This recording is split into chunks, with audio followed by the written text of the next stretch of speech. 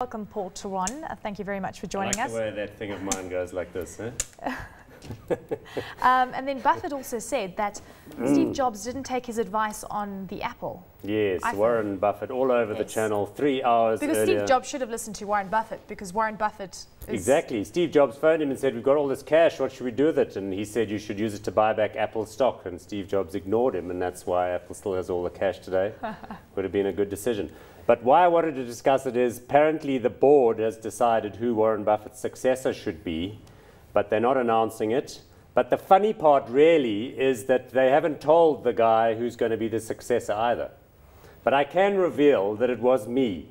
But I decided, because you have to move to Omaha, that I wasn't taking the job. Were you involved in the Lubrizol deal as well back then? No. That guy, Sokol, he was involved in the Lubrizol deal. He Lubrizoiled himself, as we said at the time. Yeah. So he's clearly out of the question. But the other rumor going around is that his potential successor is, in fact, Brian Joffe.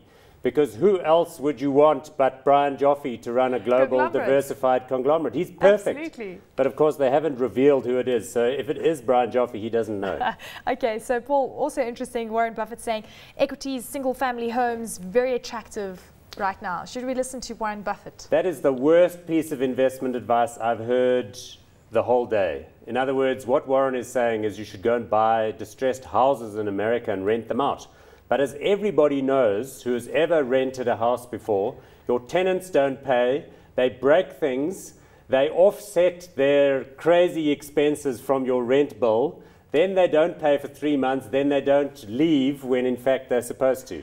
Is there anybody ever that has rented a house that hasn't had... Have you had a bad experience, Paul? No, never, because I only ever invest in equities. I do not own any rental properties. I know you've been watching the Oscars because you look quite tired. And I know it ended really late this morning in South Africa. So are you watching the Oscars tonight? Because my personal theory about this is that it is only women that will watch the Oscars tonight.